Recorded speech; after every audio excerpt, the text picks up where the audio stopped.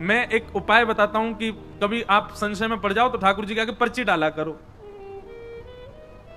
जैसे कि ठाकुर जी हमको दिल्ली पढ़ने के लिए जाना चाहिए कि नहीं। अब आपका मन तो कह रहा जाना है, लेकिन ठाकुर जी को यदि लगेगा ना कि नहीं इसके नहीं जाने में ही भलाई है तो ना ही आएगा। लेकिन कई बार ठाकुर जी ऐसे निर्णय भी लेते हैं, जैसे मान लीजिए आपने ठाकुर जी के आगे पर्ची डाली दिल्ली जाके पढ़ना है, तो ठाकुर जी कहे हाँ ठीक है जाओ। अब आप दिल्ली आ गए। अब दिल्ली आते ही महाराज क्या हुआ कि वहां के संगत के अनुसार इतने बिगड़ते चले गए महाराज, सब काम बिगड़ता चला गया सब कुछ। अब फिर आप सोचो अरे ठाकुर जी ने तो आज्ञा करी थी कि हाँ जाना है, फिर ऐसा क्यों।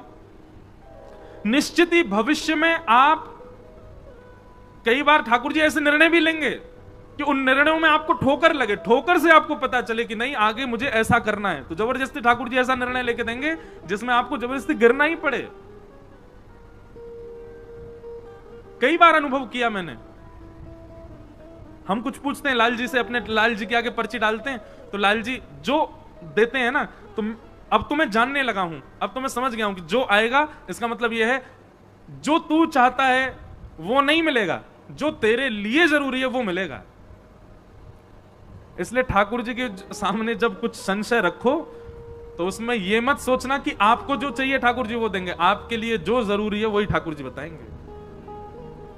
और एक बात हमारी मान लीजिएगा, ठाकुर जी के आगे ये पर्ची डालने वाला काम इतना परेशान मत के करना उनको कि रोज ही डाल रहे हो, हर बात पे पूछे रहे हो चाय पिए कि नहीं पिए बताओ। इतना परेशान मत करना। कई अपने जीवन के निर्णय स्वयं लीजिए जब बहुत ज्यादा लगे कि अब इसमें मुझे क्या ही करना चाहिए आप बताओ।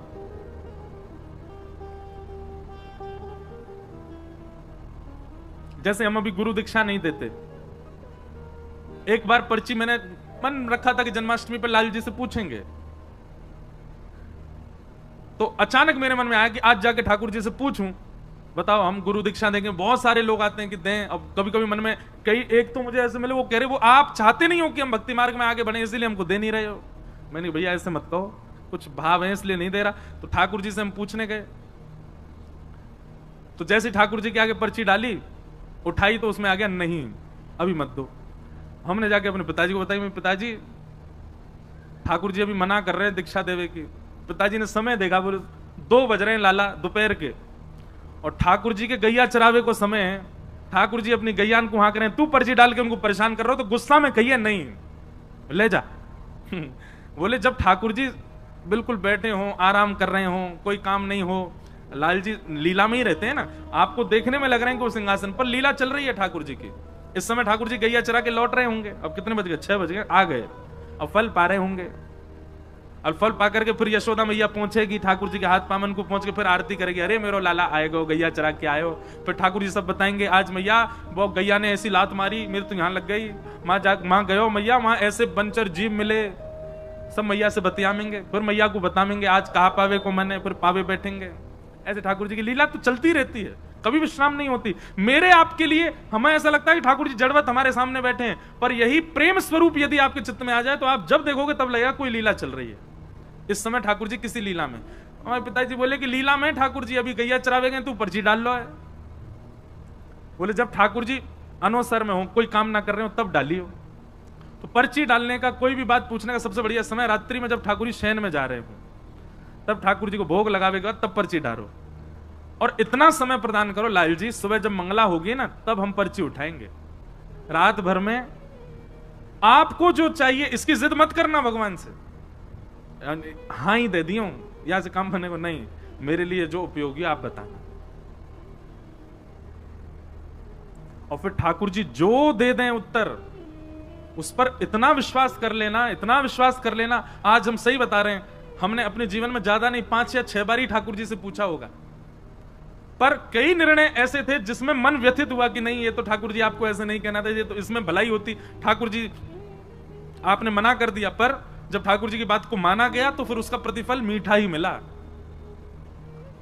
कई बार ठाकुर जी ऐसे निर्णय भी ले देंगे कि जिससे आपको ठोकर भी खानी पड़े तो भी विश्वास मन में रखना, कोई बात नहीं ठाकुर जी ने गिराया भी हमारी भलाई के लिए। तो दुर्योधन और अर्जुन दोनों गए भगवान के पास और भगवान से कहा महाभारत युद्ध में आप किस पक्ष में रहोगे। तो भगवान ने बड़ा अटपटा निर्णय लिया, अटपटाई लेते हैं। बोले सुनो, एक तरफ मेरी सेना रहेगी, भगवान की सेना छोटी मोटी नहीं है, अद्भुत द्वारिका की सेना एक तरफ रहेगी और एक तरफ अकेला मैं रहूंगा। लेकिन मैं जिस तरफ रहूंगा उस तरफ शस्त्र नहीं उठाऊंगा, बिना शस्त्र के रहूंगा जिस तरफ भी रहूंगा। तुम लोग मुझसे बाद में मत कहना कि भाई तलवार उठाओ, धनुष उठाओ, भाला उठाओ, जे उठाओ, कुछ नहीं, खाली हाथ रहूंगा। एक तरफ मेरी सशस्त्र सेना और एक तरफ अकेला बिना शस्त्र का मैं। अब दोनों चूज कर लो, कौन मुझे ले जाएगा, कौन सेना को।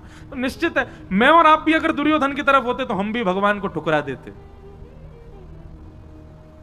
नहीं मांगते हम ठाकुर जी को।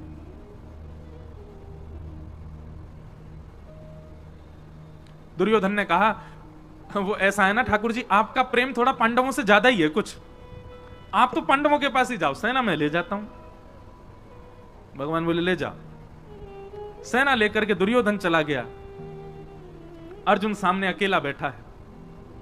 भगवान बोले अर्जुन तेरे लिए कितनी भी व्यवस्थाएं बना दूं मैं, लेकिन तेरी बुद्धि कभी जग नहीं सकती। अरे पहले बोल देता कि सेना हमको चाहिए, तुम्हारे पास सैन्य बल कम है, मैंने इसीलिए सेना का प्रस्ताव रखा क्योंकि तुम्हारी सेना कम है कौरवों से, तो तुम कह सकते थे कि हमारे पास सैन्य बल कम है, हमें सेना दे दो। अब मैं बिना शस्त्र के चला जाता कौरवों के पास, अब सेना तो वो ले गया, अब तेरे पास आऊंगा मैं, एक तो वैसी सेना कम तुम्हारी और ऊपर से एक इंसान और बढ़ गया जो केवल खाएगा और सोएगा, कुछ नहीं करूंगा मैं। लेकिन अर्जुन प्रेमी है, ठाकुर जी के भावों को समझता है। मैं और आप अर्जुन की जगह होते तो रो गए होते इतनी बात में, ठाकुर जी अब फिर से कर दो टॉस, फिर से दे दो हमको, हम सेना ले लेंगे उसको, आप चले जाओ। हम तो कभी कभी मैं सोचता हूं कि बहुत गरीमत है कि द्वापर और त्रेता में हम आप नहीं थे, हम कलयुगी जीव नहीं थे, हम बड़े खतरनाक है महाराज। भगवान बलि के यहां गए, वामन बन के गए और संकल्प लेते विराट हो गए, 2 पग से तीनों लोग नाप लिए, तीसरा पग रखने के लिए भगवान पर पास जगह नहीं बची तो बलि ने कहा तीसरा पग मेरे सिर पर रख दो। कभी कभी मैं सोचता हूं बलि की जगह मैं और आप में से कोई और होता तो हम ठाकुर जी को केस कर देते। बोले क्यों? बोले जब आए थे तब वामन बन के आए थे, चीटिंग करी इन्होंने, बड़े हो गए, हम तो 3 पग जमीन देने को तैयार हैं पर ये वामन बने, वामन बन के ही लें। बहुत चतुर हैं हम लोग, और ठाकुर जी की भक्ति में चतुराई नहीं चलती। आप जितने सहज, जितने सरल, जितने प्रिय ठाकुर जी को उतने अच्छे लगोगे। भगवान अर्जुन को कहने लगे कि अब तो तेरी तरफ मैं आऊंगा। तो अर्जुन ने एक बहुत अच्छी बात कही, भगवान के चरणों में प्रणाम करते हुए कहा, नाथ, ना तो मैं आपको मांगने आया था और ना आपसे मांगने आया था। दुर्योधन आया था इस भावना से, मैं नहीं आया था। मुझे आपसे कुछ नहीं चाहिए और मुझे आप भी नहीं चाहिए। भगवान बोले तो फिर तू क्यों आया? दोनों हाथ भगवान के हाथ में दे दिए, बोले पकड़ो मेरे हाथ। भगवान बोले पकड़ लिए, बोले खुद को देने आया था कि मुझे रख लो अपनी शरण। मैं शरणागत हूं नाथ, मेरे ऊपर कृपा दृष्टि करो। अरे मैं ये भूल नहीं कर सकता कि आपसे कुछ मांगूं, आपसे कुछ मांगूंगा तो कुछ ही मिलेगा, आपको मांगूंगा तो आप भी मेरे आश्रित रहोगे। क्यों? अगर मैं कहूं कि ठाकुर जी मैं आपको मांगने आऊं, मेरे पक्ष में चलो, तो आप मेरे अधीन रहोगे। सुबह उठ करके मुझसे कहोगे हाँ अर्जुन अब बताओ आज क्या करना है, अर्जुन भोजन कब करना है, अर्जुन सोना कब है, सोना कहां है, क्योंकि मैं मांगने आया हूं तो सारी जिम्मेवारी मेरी, सारी व्यवस्था मैं करूंगा। पर मैं तो आपको मांगने नहीं, खुद को देने आया हूं। तो अब स्थिति क्या है, मेरी सारी व्यवस्था आप करो। मैं कब सोऊं, कब खाऊं, कहां जाऊं, क्या करूं, कब उठूं, कब बैठूं, कहां बाण चलाऊं, कहां नहीं चलाऊं, कहां मौन रहूं, कहां बोलूं, ये सारी व्यवस्था अब आपके हाथ में है, मैं खुद को देने आया हूं। ये समर्पण देख करके भगवान ने अर्जुन को स्वीकार कर लिया। और अर्जुन से 2 बार रीचेक किया भगवान ने। भगवान बोले अर्जुन केवल बोले मत, देख ले मैं कुछ भी आज्ञा कर सकता हूं। अर्जुन कहता करिष्ये वचनम तव, आप करके देख लेना, आप जो आज्ञा करोगे करूंगा। भगवान बोले फिर सोच ले, मैं कुछ भी आज्ञा कर सकता हूं। भगवान बोले आप करके, अर्जुन बोला करके देखो। बोले ठीक है युद्ध प्रारंभ होने दे। और युद्ध में भगवान ने महाराज अर्जुन की कमर तोड़ के रख दी। ऐसी ऐसी आज्ञा भगवान करें।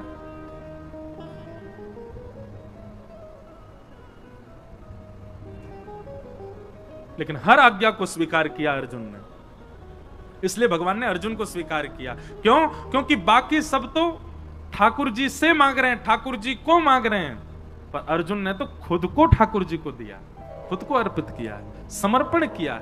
समर्पण किया इसलिए भगवान उसके सारथी बन गए। और सारथी का मतलब कोई भगवान की पदवी कम नहीं हो गई है, बल्कि और श्रेष्ठ।